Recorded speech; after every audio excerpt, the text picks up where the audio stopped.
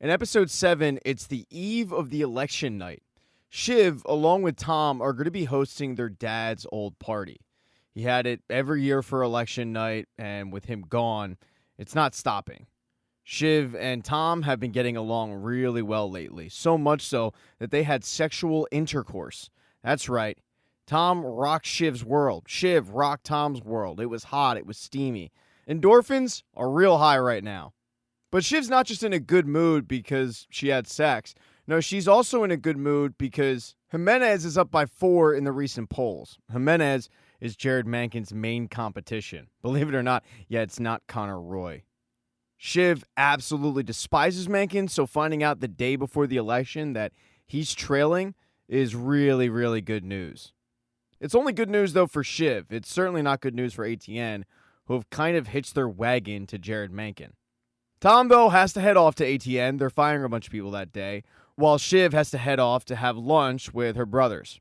Before Ken heads to this lunch, he meets with Rava. Their daughter Sophie doesn't want to go to school. She's freaked out about the election. The past weekend, somebody with a Ravenhead shirt passed by her on the street and made a racist comment. And if you're wondering who Ravenhead is, he's the former ATN anchor who really sympathized heavily with Hitler. Believe it or not, a scumbag like that has supporters, and it's been freaking out Sophie so much so that she no longer wants to go to school because she's worried about what would happen if Mankin wins. Rava's not quite sure what to do, so she thought that maybe Ken could call Sophie, reassure that everything will be okay, but it ends like most conversations between two divorced people do, a screaming match on the street. Ken then heads off to this lunch, and he's the last one to arrive. Roman was the second last one to arrive. He's been doing his due diligence to try to get some dirt on Matsson. Anything that they can use that might sully his reputation and tarnish the deal. He's having his people dig under every nook and cranny. But when he gets to the table, the deal is off limits. They're actually discussing their father's funeral. Connor's there because he's been kind of the head of everything, and he wants to know if anybody wants to speak at it, kind of take the lead. Nobody really jumps at the opportunity, but they agree to reconvene and talk about it later in the day. After Connor leaves because he has a very important conversation with his campaign leaders, Ken and Roman want to run something by Shiv. They want to invite Nate to the party that night. Nate would be a contingency plan if they can't push Matsson on the deal.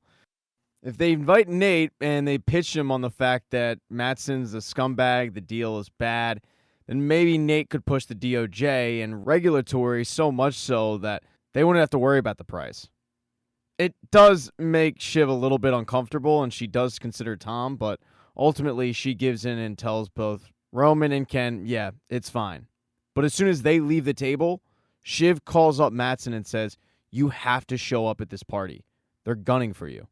They're trying to get regulatory on you, so you need to show your face and kind of show everybody in the room that you are a stand-up guy. Little do her brothers know, Shiv is working against them on this.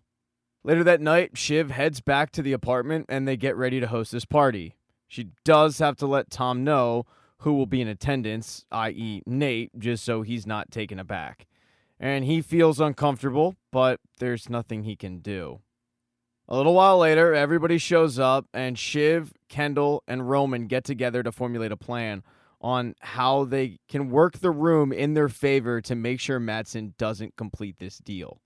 As they're doing this, Roman gets a phone call from Menken's campaign. They're worried. The polls are actually worse than what's being reported. And while they would love a full-court press from ATN, what they really want is Connor to drop out of the race. It's pretty amazing, but Connor's 1% is possibly the difference maker in this. And Menken's campaign figures that if Connor drops out of the race, that 1% goes to him. It's a lot of votes. So they want Roman to smooth over a deal. Now, initially, Roman poses it to Connor and he shoots it down, but Roman starts negotiating with Connor along with his vice president on a possible ambassador role. They start throwing countries around. They start really negotiating this thing. And the offer is Oman. It's, as Connor puts it, the poor man's Saudi Arabia. It's of interest to him. So he agrees to think about it and get back to Roman. When Roman walks out, he's surprised because he sees Jerry has shown up. He's a little bit relieved, and he tells Frank, great, I guess you smooth things over. Frank says, oh, no. She's extremely pissed off. So Roman has that on his to-do list. Try to make things good with Jerry, but he's going to do it later in the party. Now, even though Shiv and Tom are hosting it, Kendall still gets up and welcomes everybody to the party. He addressed the elephant in the room, that Logan isn't there with them, and it's sad. And he asks for a moment of silence. But in that moment of silence, it gets interrupted when Matsson and his entire crew, i.e. his number 2, Oscar, and his communications director, Ebba. This comes as a really big surprise to Kendall, but he plays it off like he knew all along that Matsson was coming. But when he finishes the speech, he gets Roman and Shiv together to ask what the hell's going on. And Shiv plays it perfectly, acting like she has no idea either. They consider just throwing him out of the party, but Ken says, no, you know what, we can do this. All we have to do is keep him away from the big wigs. They stupidly tell Shiv to be on his hip and make sure that he doesn't talk to anybody of value. While she does that, Roman and Kendall will go around and kind of stab him in the back, make him seem like the Antichrist. Inside, though, Matsson has already started doing some due diligence. He goes and talks to Tom about what exactly his role is at ATN, what he's best suited for, and Tom completely fails the test because he's a kiss-ass, and Matsson sees right through it. Shiv does walk over, interrupting the conversation, but when it's just Matsson and Shiv, she tells Matsson exactly who he needs to talk to. The first person they go and talk to is Nate. And Nate and Matsson's conversation goes over great.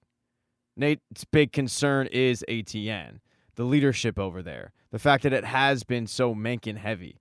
And right in front of Shiv, Matsson assures Nate that if he were to take over the company, there would be major changes. And everybody knows that it's Tom that he's talking about. And Shiv doesn't say a word. She just goes along with it. Right after Nate talks to Matsson, though, he does run into Ken. And Ken makes his pitch to Nate. He tells him that this deal isn't good, that Matsson is shady.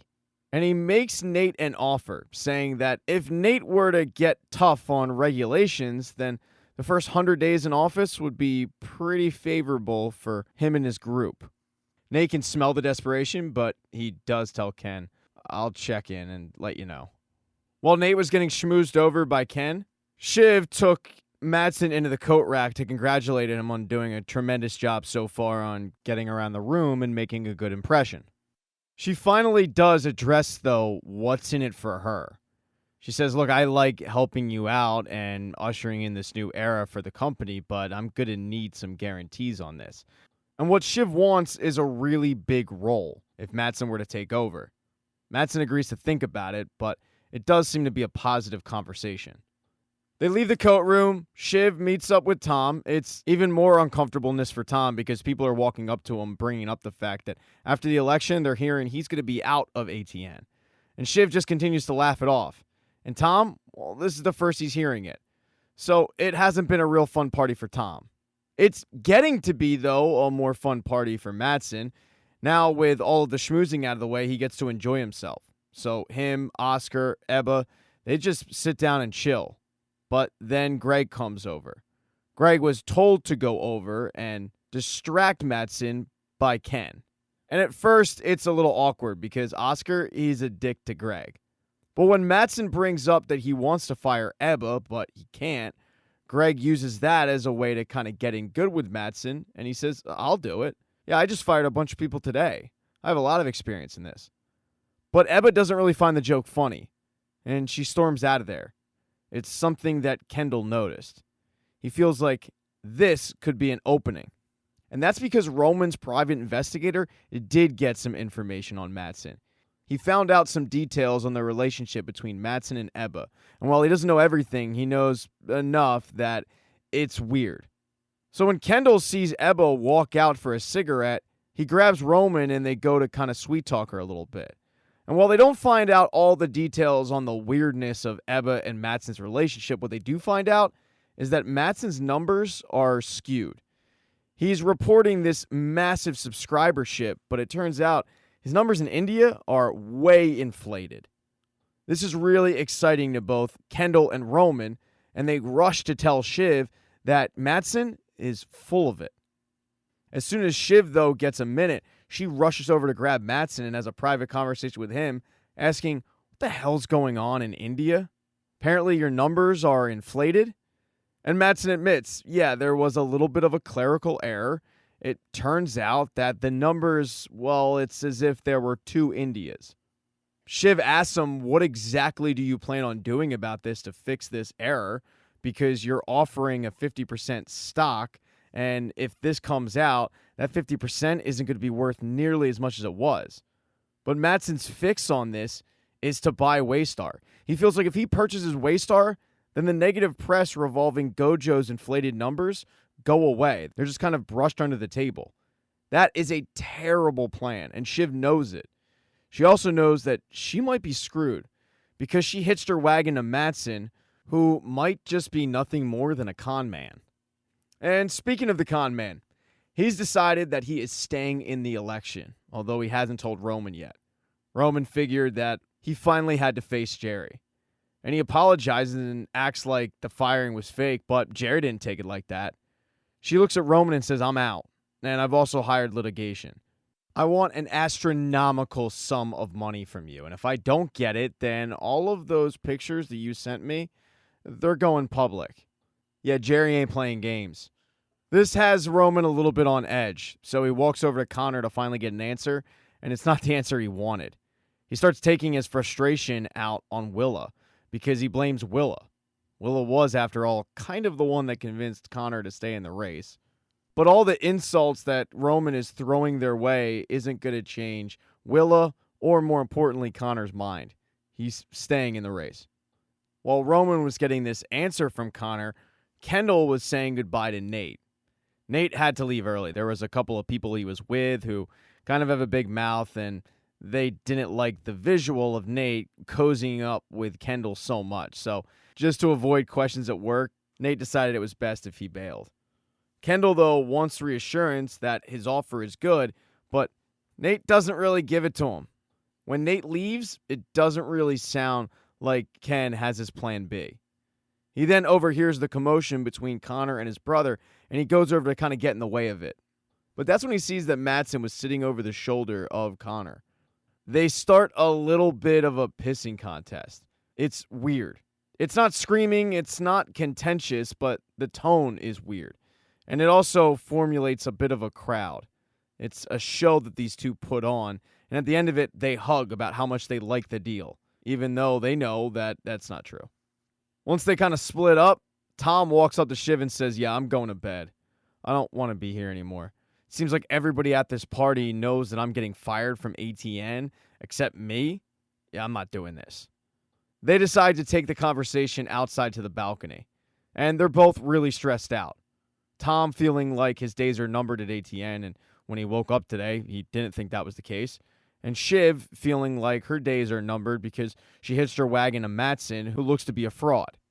But their conversation gets really personal and really aggressive really quickly. Things are said that they probably are going to regret later. It quickly dives into their own relationship, the motives for getting married. Tom gets really personal when he says that Shiv is not fit to be a mother, and he has no idea that Shiv is actually pregnant. And that really hurts Shiv to hear Tom say that because Tom wanted to have a baby with her for so many years. Shiv blames Tom for being such a snake and kissing up to Logan, which probably cost her months with her own dad because they were fighting at the time. Even though these two woke up with really good vibes in the morning, it ends with them just going their separate ways, Tom announcing to everybody that he's going to bed, and Kendall, Roman, and Shiv saying, yeah, screw that guy. Right before everybody leaves, though, Ken pulls Frank into the coat room and he says, hey, Mattson's numbers, they're fake. I can't recommend the board go through with this deal. If you dive into him, he is an absolute fraud. So what I think we should do is we should completely go reverse Viking on him. We should buy Gojo.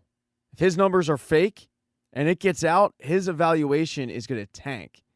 And we just bring them on board. Frank asks, what does this mean for Roman and Shiv? And Kendall admits he loves them, but he's not in love with them.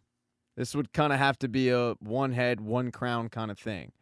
And he would be the one wearing that crown. He asks Frank if he's with him, and that's a question that we don't see the answer to. Thank you so much for checking out this recap. Please consider subscribing to the channel and subscribing to my Patreon. Hit thumbs up if you liked it. Smash that thumbs down button if you thought it sucked. If you left a comment, I don't get back to you. I usually don't check the comments unless they're like a super comment. Also, if you don't see the next video up on the end screen, not to worry, it'll be up in a day or two.